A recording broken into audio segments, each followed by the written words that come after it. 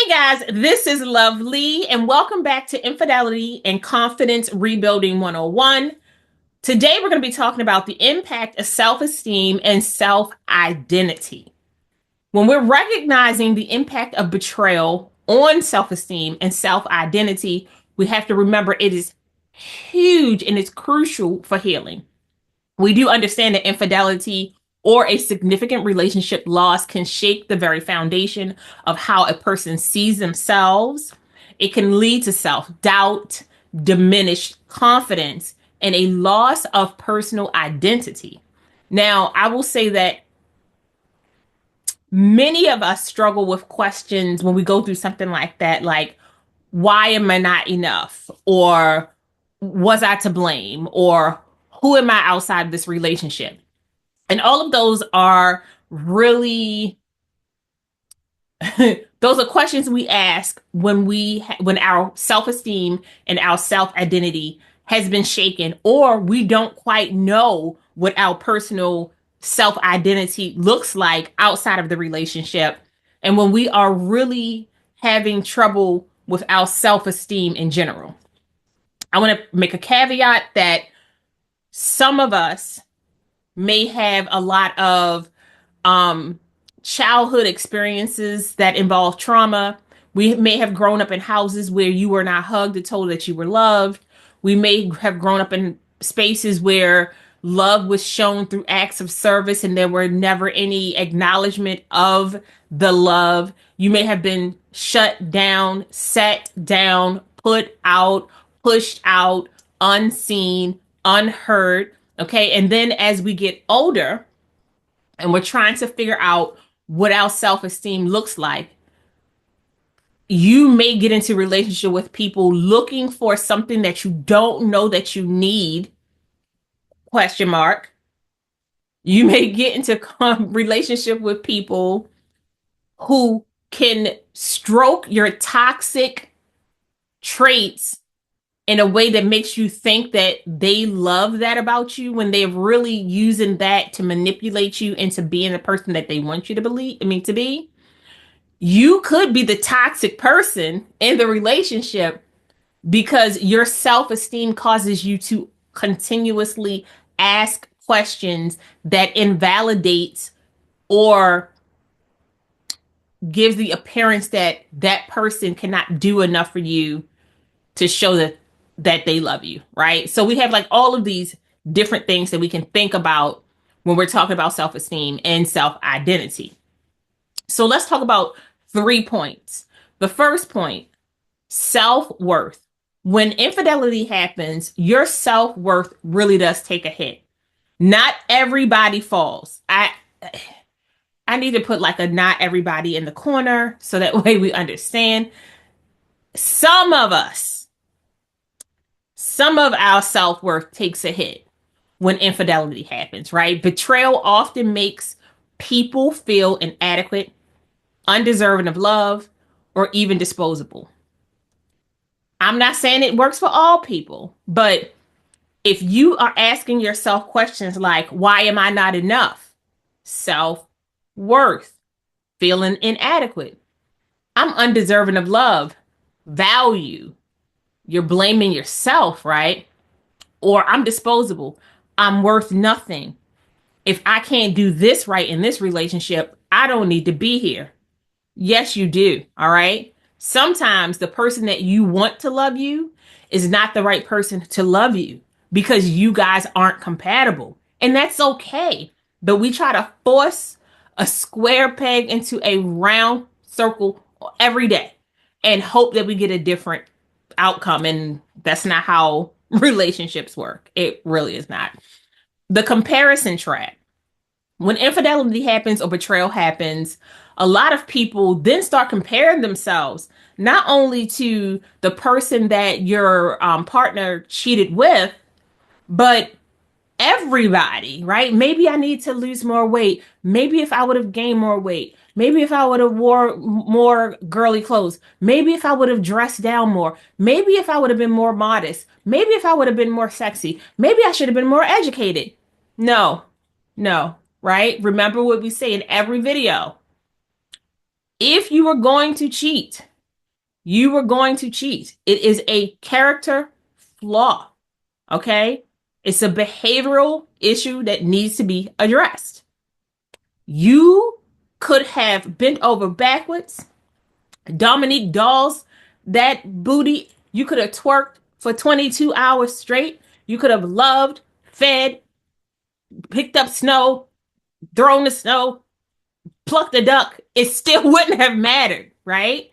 Because when we start comparing ourselves to other people, we have questions like, am I attractive enough? Am I intelligent enough? You start to question your value. We have had this conversation before. I am here to help you heal, not to tell you what the value of your relationship is, right? Because your value by design is unmeasurable by design because you are here, because you are created. Your value is, it's beyond numbers. And that is something that, if it is not nurtured, will easily be shaken in the comparison trap. And then the next step would be fear of rejection, right? Trusting others, even yourself, can become difficult, leading to hesitation in forming big decisions for yourself, in setting healthy boundaries for yourself, and forming new relationships for yourself. And one of the main factors that I want to bridge this whole section under is, it all has to do with trust, right? Infidelity shakes the foundation of trust. And that is so huge, because in order to fall, you have to believe that there's something that's going to catch you. And when infidelity or betrayal happens, you lose that ability to trust that someone's going to catch you when you fall.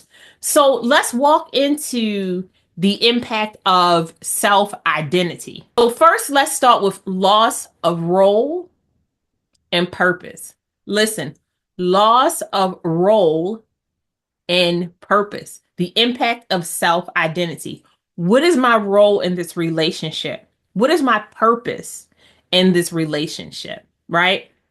When you know who you are, the loss of role in the relationship may be a question, but not who you are as a person, your role as a person in your own life. Because once you know who you are in your own life, there will be very little spaces for people to create and curate new roles for you that you don't accept. That's why we're talking about how infidelity impacts your self-identity, right?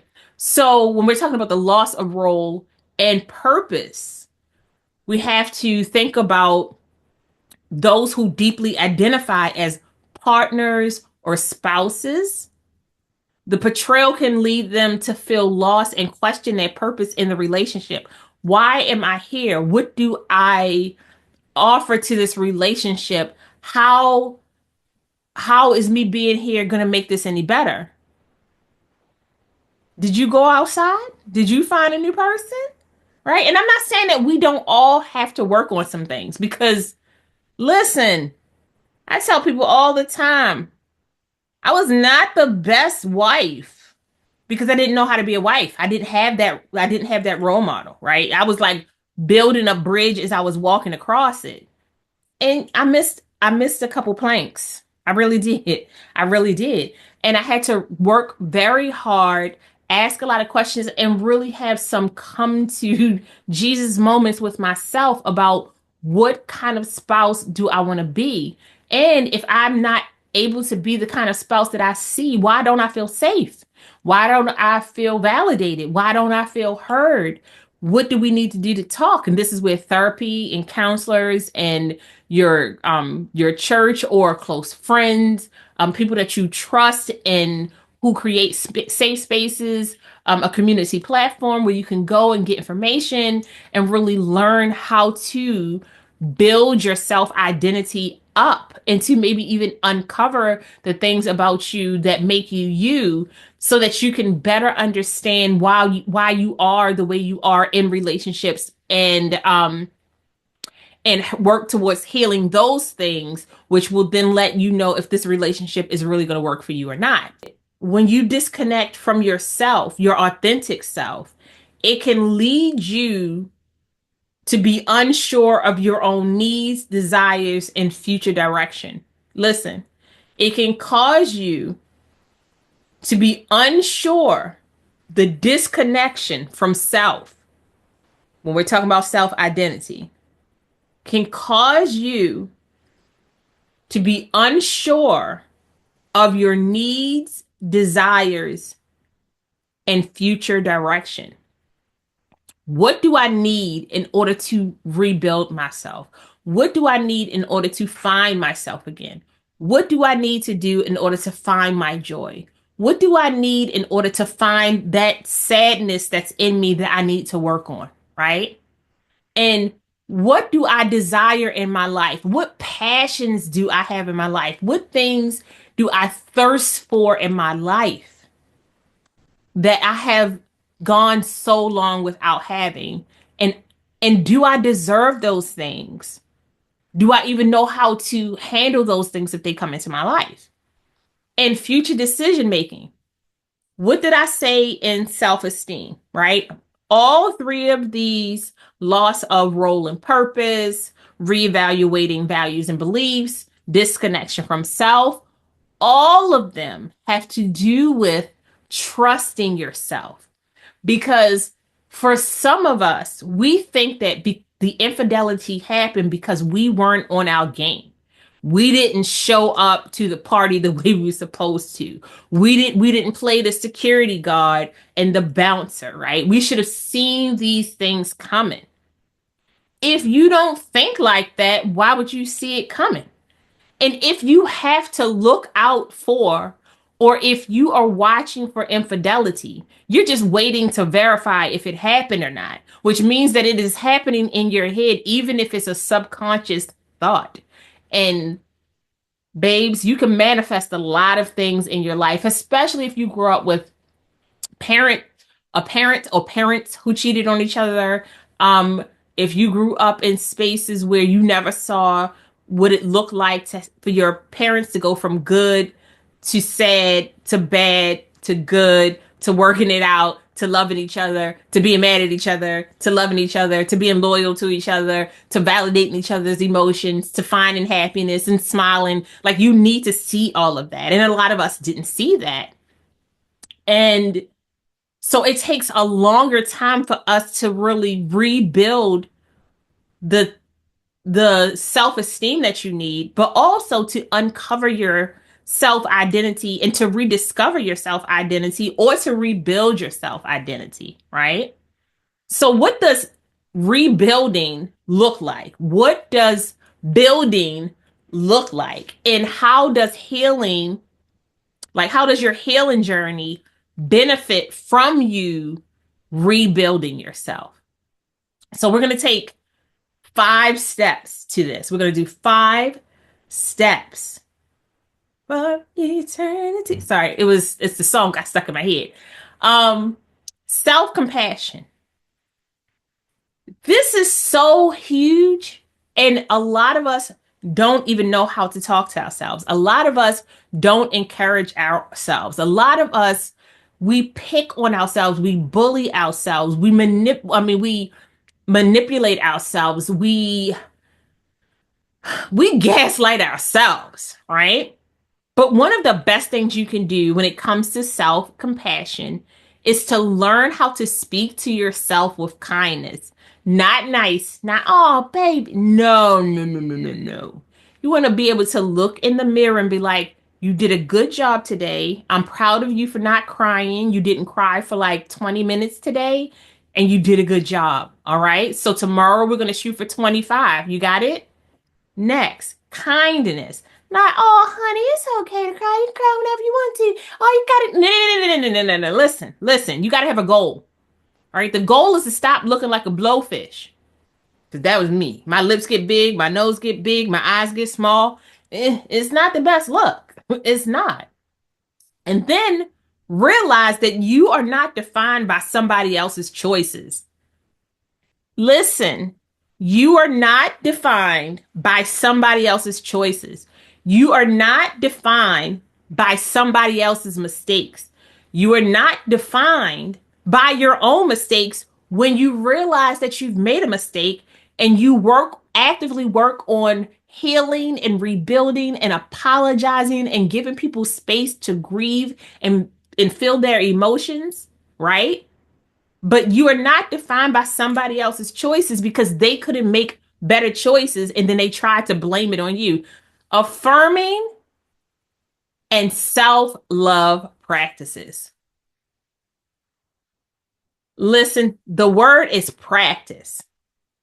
Affirmations, self love, you have to reinforce those things on a continuous basis, almost hourly, maybe every 15 minutes, right? Like they'd be like, oh, you need to do it on the 9 or you need to do it on the time on the 5. Whatever it is, you need to be doing it. You need to reinforce self-worth with affirmations that rebuild your self-esteem and your confidence. I am a whole person. I am a valuable person. I am worthy of love. Or you could be like, I want to be a bad bitch and I'm working on it. I want to be a hard ass and I'm working on it. I want to be strong and I'm working on it. A skirt. Let's flip it over. I want to be a better Christian and I'm working on it. I want to be a spiritual person and I'm working on it. I want to believe so badly and I'm working on it, right? You got all these different places. And I want you to remember that you have to heal for you. You have to feed yourself love for you. You have to do affirmations that work well for you. Because if you try to walk in the likeness of someone else, and or you worry about being judged by somebody or somebody not liking you for the way that you're healing, you will keep changing the way that you heal and it will keep restarting. You can't get to the middle of your healing journey if you keep restarting because somebody cut you off. Yet, listen, I don't want to get on the box, but if you make me stand up, I will. What other people think about you doesn't count unless you want it to. And then sometimes what they think about you is what is the faults that they see in themselves that they're trying to correct in somebody else instead of doing the work for themselves. Let's remember that. Now we want to reconnect to our identity. We want to rediscover who we are outside of the relationship. What brings us joy? What were our dreams and our passions? Maybe we don't have them. But what do you see in your life? What things do you touch in your life? What things have you tasted in your life? What things have you smelt in your life? What things have you like conjured up in your life that keep showing up in your dreams? That keep every time you turn around, you like, what are you doing here? Or, oh my God, it showed up again, right? And what am I passionate about? What keeps me up in the middle of the night? What would I do for free? What would I show someone that I did for free? What would I, what would I acknowledge for free? What is that passion? What is my purpose? Does my purpose and my passion work together? How can I make those things more aligned with who I am as a person? Who I am, what I see, what I taste, what I feel, what I hear, right? And then you're going to do something that you might not, you may be afraid to do. You may not want to do, and something that may scare the living life out of you. You're going to have to surround yourself with support. And that support may not be the people that you're sitting next to listening to this video. It may not be the people that you grew up with. That support may not be inside of at your job. It may not be in that sport that you're playing. It may not be in that church that you're at. You may have to go outside of yourself altogether, outside of your comfort zone altogether, to find a supportive community that understands what you're going through, that has lived and walked in the experiences that you're going through. You may have to find a coach that aligns with what you're going through or what you are feeling right now. You have to consider getting a therapist or a counselor who validates your experiences, understands cultural competency, and wants to help you heal because they want to see you heal, not so they can have another notch or patient on their books. And then you have to learn how to set healthy boundaries, right? You have to establish and maintain healthy boundaries that protect your emotional well being and reinforce your self worth for yourself. You have to set this boundary for yourself. Here are the three things that can never happen. Here are the three things I will not allow. Here are the my three purposes in every day that it has to happen, right? And then you have to make sure that you are practicing those things. You have to make sure that you show up for yourself every day. You have to make sure that you don't violate those boundaries at all. You don't give your brain a reason to think that there is a nuanced way to handle this.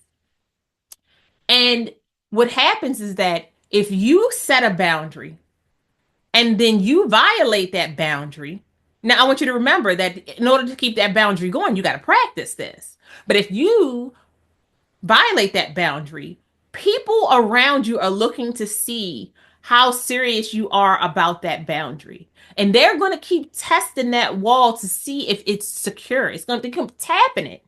And when you violate that boundary, they understand that there is a breach in your healthy boundary. And they're going to keep touching that spot until they can get in.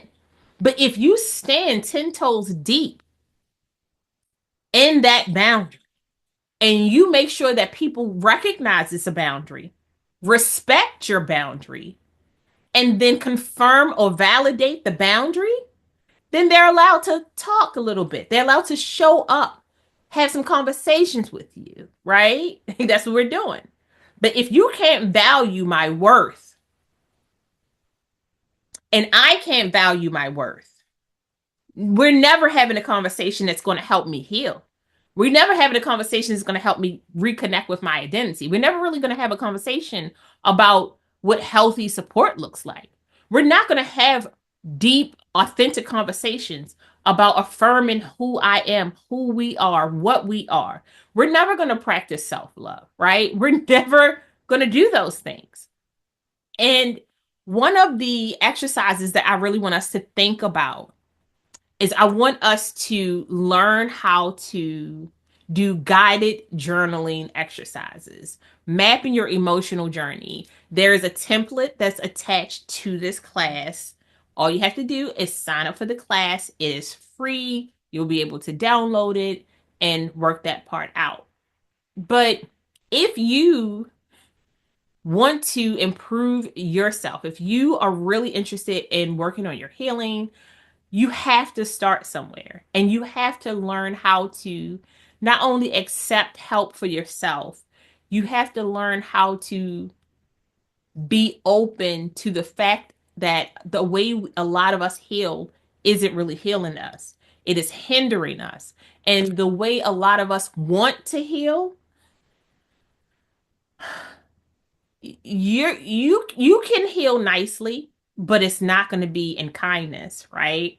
And you can heal happy, but you have to learn how to heal in joy and peace and serenity. And those things can occur even in tough times, even in when you're navigating harsh waters.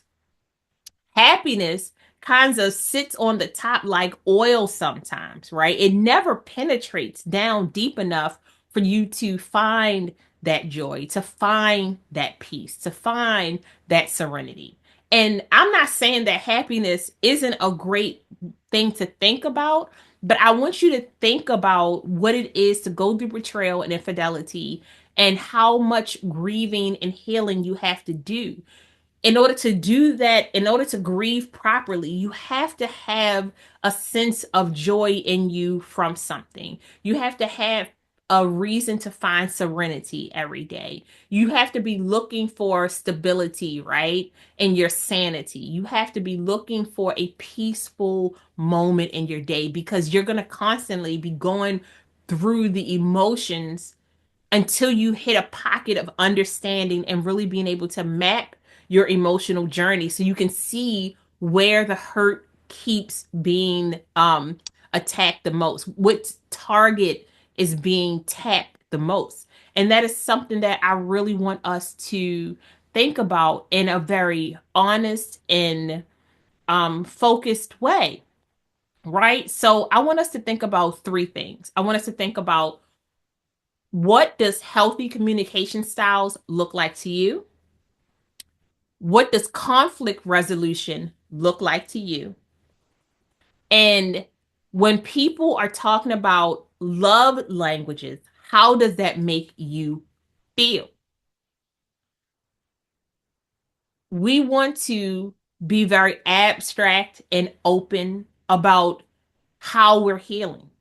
A lot of healing has to do with the way we talk to ourselves, communication styles, how we resolve inner conflict, conflict resolution, how we love on ourselves, how we show ourselves love, and how we accept love, love languages.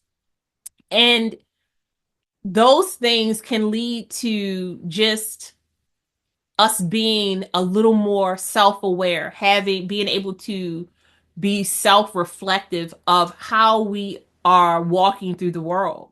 Because if we're working on healing from an offensive point of view, we want to make sure that we are authentically healing from the inside out, that we aren't healing so that somebody can say that we look nice or that we are feeling better, because we know we want to do this. We know that we want to feel better. Nobody wants to be miserable on a constant basis, but nobody has to be cheated on either, right? That's just a question, right? Two questions. How has infidelity shaped your perception of self-worth? Question number two. How do cultural and family expectations impact your healing? But I want us to really look at ourselves from the inside out.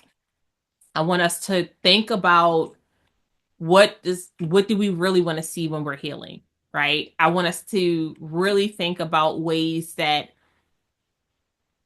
we want to communicate with people, ways that we want to resolve conflict with people, and the ways that we want to show love to people completely that will honestly represent the kind of love that we desire in our lives. Makes such a big difference when you're healing and when you're working on healing. Okay. So I want us to go download the mapping your emotional journey template, and then I want us to go and look at the video or the slide for a reflective journal. How has identity affected my self view? I did a template for that, and it gives you just a good breakdown on what it looks like when you are talking to yourself. Um, yeah, it just it the how you view yourself says so much about what you will handle, how much you'll take, where your boundaries set, what your mission is in life. And it plays such a huge role in how you treat others and the way that you interpret the treatment of others into yourself. So just remember, identity is one way that you acknowledge your emotions without judgment. And it ain't easy out here in these streets, but I got you because that's what we're here for. So I hope to see you guys in class. Let me tell y'all something. These classes be having me crazy. They had me crazy. But we're going to not only drop some resources, we're going to drop some books. weeks. We're going to work on guided meditation.